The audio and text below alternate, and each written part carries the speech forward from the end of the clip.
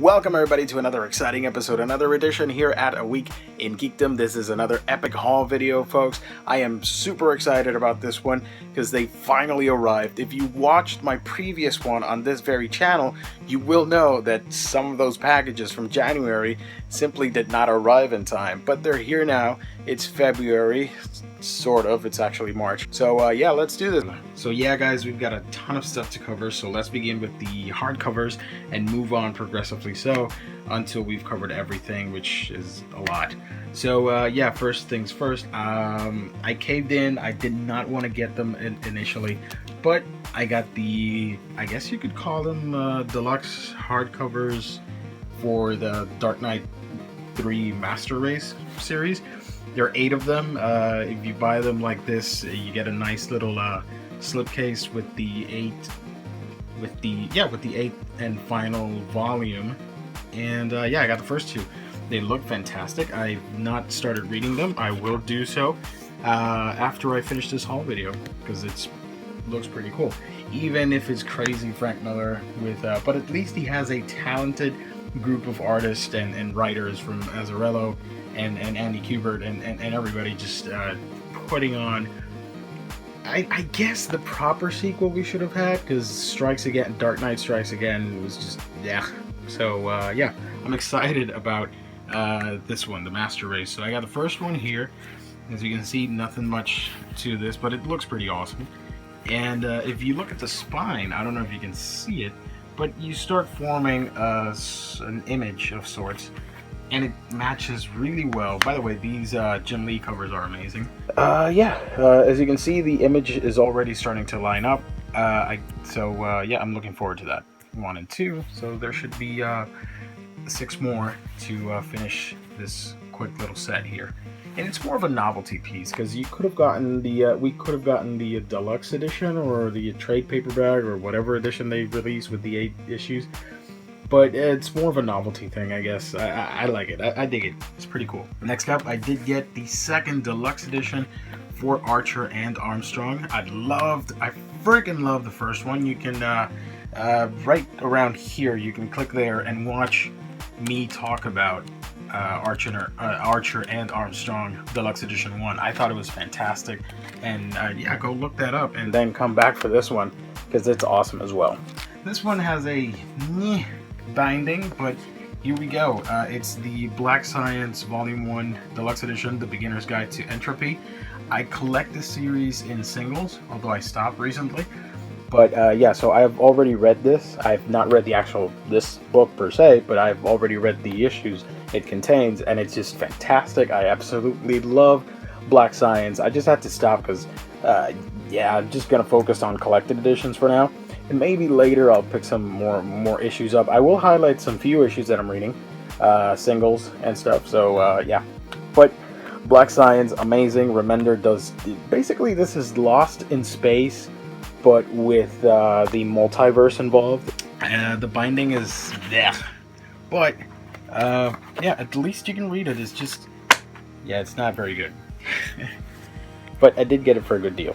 And finally, library edition wise, I finally got The Goon Volume 2 from Eric Powell, and it's just fantastic.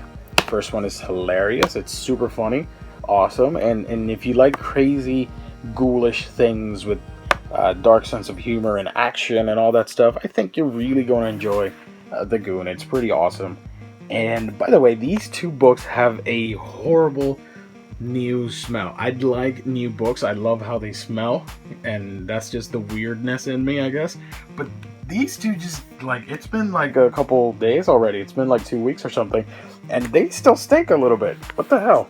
I don't know. Anyway, moving on. This was literally just today I received this American Vampire Volume 8 hardcover from Scott Snyder and Rafael Albuquerque, and yeah, love American Vampire. Everybody should read it. If you like horror, if you like vampires and comic books, this is just perfect and just the right thing for you.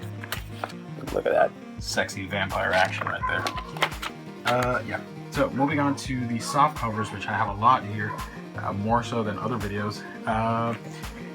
I have to admit, I am a huge Titans fan, but I have never read the original Wolfman and George Perez run on the new Teen Titans. I think I read Terror of Trigon, but that's it.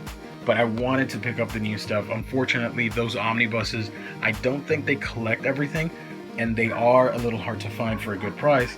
So I'm picking up the new trades that they're releasing, and I love it. It's so good. The new Teen Titans Volume 1, it's so 80s.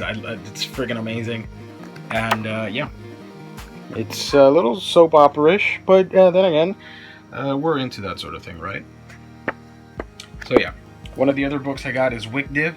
Of course, I meant The Wicked plus the Divine, Volume 3.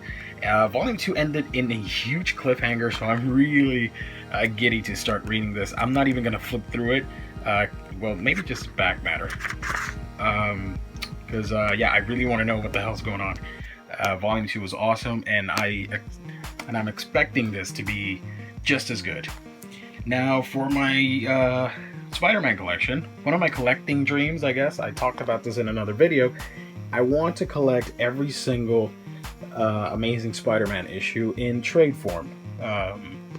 Whether it's omnibuses, hardcovers, softcovers, it doesn't matter. I just want to have the 700 plus issues. I think I have already like 250 of them.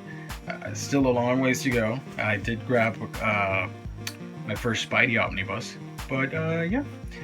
So speaking of Spider-Man, I did get, and it has that horrible sticker that I have not removed yet, the complete Ben Reilly epic. I got the third book for a whopping $7. By the way, all this stuff was from in-stock trades, and this was from Amazon, and I got it for a whopping $7. It's so freaking 90s. I can't wait to start reading it.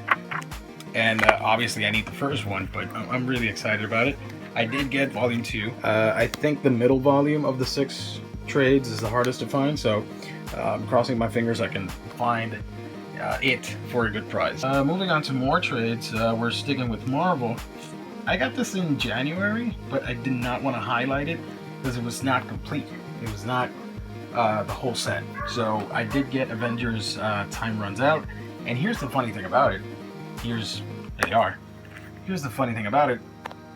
I got the fourth volume because I saw I couldn't find it on in-stock trades, and I thought, hey, maybe it went out of print or something or whatever, and I logged onto Amazon and somebody was selling a trade paperback edition. I'm like, well, that's perfect for me, I guess. And I got it for cheap, and it turns out I bought an Italian version. It's still in English, which is awesome, but it is a European version, which is awesome because it's my first European book, I guess. As you can see, it's totally different from the first 3. I got the first 3 this month. These were the ones that were running late from the last haul video. So yeah, Avengers Time Runs Out, Volume 1, Volume 2, Volume 3, and recently came out like a week ago, Time Runs Out Volume 4, but yeah, I'm not gonna, seriously, I'm not that picky. I know a lot of people are very OCD-ish about it, and I am too, but if I already have it, I just want to read it. This contains issues 43 and 44 and 31 to 33 of Avengers and New Avengers, which just, it fits perfectly. It's a different spine. It's, yeah.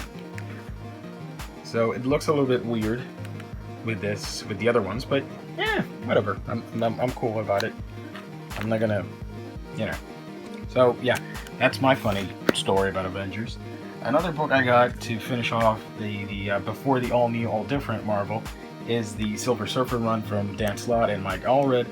And the first 2 were just phenomenal. I cannot wait to read the Mobius strip, I think it's called, issue, where it's all flipped and stuff. I can't wait to read that, and it looks awesome. And I did finish, and with this, yeah, I think, no, I got more Marvel for you guys. I was able to pick up Volume 2 and Volume 3 of the Superior Foes of Spider-Man. I did not get the omnibus simply because because of my where I live and stuff, I don't have a lot of people to sell these things to, and I'm very clumsy and stupid when it comes to online selling on my part. I've got no problem buying from people, but I'm kind of like, I don't know, it's just weird, I guess. So I already had the first trade, and I just said, you know what, it's probably cheaper this way, so I got it. I think this was $9 each or $8 or something like that. So I have it, and I have some shelf space, so I don't mind. And I know a lot of people probably got the omnibus instead, but I already had the first trade. I wasn't gonna sell it, and yeah, so I just went ahead and bought the 2 trades. I can't wait to finish off the run because it started amazing. I just never quite finished it until now, so we'll see how that goes. Oh, by the way, I should point out, Avengers time runs out. I did get this specifically so that I could finish off Hickman's Marvel run, I guess you should say, because I bought Secret Avengers. I have all the Fantastic Four stuff. I have the Ultimate Comics Ultimates. The only thing I'm missing is S.H.I.E.L.D.'s Architects of Forever and some of the early Avengers stuff from Hickman from this very run. Because I read it in singles. I do have New Avengers in singles, but I had stopped buying singles, so yeah, that's why I got these trades. And I do have Secret Wars in singles, so I'm currently reading this so I can finally catch up and read Secret Wars, which just ended, and apparently it's amazing. I can't wait to read it. And yeah, speaking of Fantastic Four, I've collected, yeah, I probably should highlight it, although I think I did on the last haul video. I finally collected John Byrne's Fantastic Four omnibuses, whatever, volumes 1 and 2, and I do have Mark Waid's run, and I do have Mark Millar and Jonathan Hickman's stuff. I was missing a few issues, and I'm starting to get them, and that's what I'm going to show you guys. I did get the Civil War Fantastic Four story, which is co-written from JMS, Straczynski and McDuffie, of course. And yeah, this goes after the Mark Waid stuff, but I'm missing the first 2 Straczynski volumes. That's the only thing I'm missing to complete my Fantastic Four collection that I want to make, my custom one. And I also did get the McDuffie run. This is the first volume, which featured Storm and T'Challa in the Fantastic Four as Reed and Sue took a momentary break. And the second one, which featured a really interesting Doom story. I thought it was pretty cool. I've got the first Prez volume. I know what it's about. I have not read it. I've heard so many positive things about it, and I love this whole satirical thing. And if you've grown up in Puerto Rico, you live and breathe politics. That's like a national sport. So I'm right at home reading a satirical comic book about the political system, I guess. So yeah, corn dog in chief. And I did get, of course, Batgirl. I'm a huge Babs fan, and I had to get Volume 2, Family Business. I can't wait to start reading this. Volume 1 was amazing as well. So yeah, these are all the comic books. It's a lot. Speaking of single comic books, the only issues I'm reading monthly are here we go, Saga and Aquaman, because I really want to know what's happening monthly. Manga wise, not a whole lot. I did get something pretty cool, and it is I think in January I featured the Kakashi story novel, and this is Shikamaru's story. This is set, of course, after the chapter 699, I think, in the Naruto manga. I have not read it yet, but it reads pretty interesting. Other mangas, I'm continuing my Monster collection. This is volume 4 of the Perfect Editions. Check my other video to learn more about it, because I think everybody should read it. It's fantastic. And this came out, and I received this like 12 hours ago. Monster volume 5 Perfect Edition. I think there's going to be 9 of them, and I already ordered volume 6, which did not arrive for this haul video. So yeah, that's all my manga collections. That's all my manga pickups for February, but I do want to highlight some gaming and movies and stuff before I go. Gaming wise, I did pick up Street Fighter V for the PlayStation 4, and I have just had my ass handed to me because online players are brutal. I don't know how to fight in these games, but they're awesome. I love Street Fighter. I've always liked the characters. I just never played them. I played the original ones, the second one and third games back in the day, the number 2 and number 3, but there's been, no, actually number 2. There's been so many editions of this franchise that I just forgot about it, but now with this 5th one, I wanted to pick it up.